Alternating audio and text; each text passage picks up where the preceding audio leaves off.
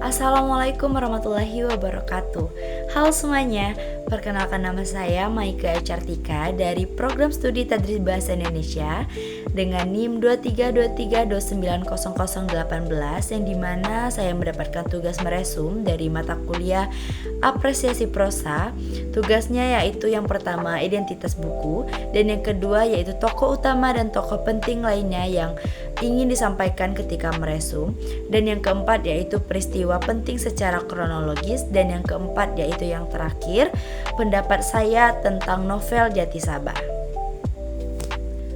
Tugas yang pertama yaitu identitas novel Jati Sabah. Penulisnya yaitu Ramadia Akmal dan penerbitnya yaitu PT Gramedia Widasarana Indonesia Jakarta. Tahun terbitnya yaitu dari 2017 dan jumlah halaman itu ada 241 halaman. Dan ISBN-nya yaitu 978 602 375 871 dan 5.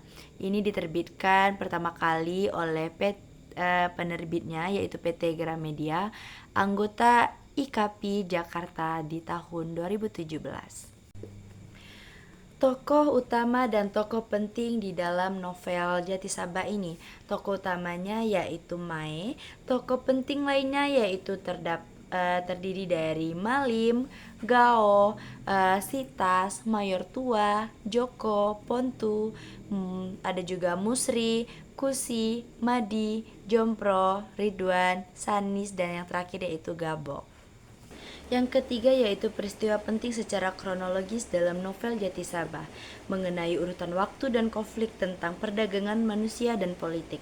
Yang pertama yaitu Mae atau Maina kembali ke Jati Sabah. Mae pulang ke kampung halaman setelah bekerja di kantor perekrutan TKI ilegal, dan niat utamanya yaitu mencari orang-orang dan untuk direkrut bekerja di luar negeri secara ilegal. Dan yang kedua yaitu Mae mulai membujuk penduduk desa. Ia mendekati teman-teman lamanya dan keluarga miskin di Jati Sabah, menawarkan mimpi pekerjaan dan gaji yang besar. Banyak orang desa yang tergiur karena kemiskinan. Dan yang ketiga yaitu terungkap realita perdagangan manusia. Orang-orang yang direkrut sebenarnya dikirim ke tempat-tempat yang berbahaya, seperti wanita yang menjadi penghibur, penari atau kelab malam, dan yang pria yaitu di pekerjaannya yang sebagai pengedar narkoba. Dan yang keempat yaitu pemilihan kepala desa di Pilkades berlangsung. Ada 3 calon kades, Jampro, Mardi, dan Joko. Di Pilkades berlangsung sangat kotor, kampanye hitam, politik uang, bahkan melibatkan dukun untuk menjatuhkan lawan. Dan yang kelima yaitu Mae terseret dalam konflik politik desa. Mae yang awalnya hanya mau merekrut tenaga kerja, akhirnya terlibat dalam arus konflik Pilkades. Dan ia juga harus memilih berpihak atau bertahan netral. Dan yang keenam yaitu konflik pribadi Mae. Konflik pribadi Mae yaitu ia mulai merasakan konflik batin antara rasa bersalah karena menjerumuskan orang-orang desanya sendiri dengan membutuhkan mencari uang. Dan yang ketujuh yaitu klimaks Pilkades berakhir ricuh, kehidupan desa tidak banyak berubah. Meskipun kepala desa baru terpilih, masalah kemiskinan itu tetap ada. Perdagangan manusia terus berlanjut karena akar masalah kemiskinan dan kurang pendidikan tidak terselesaikan.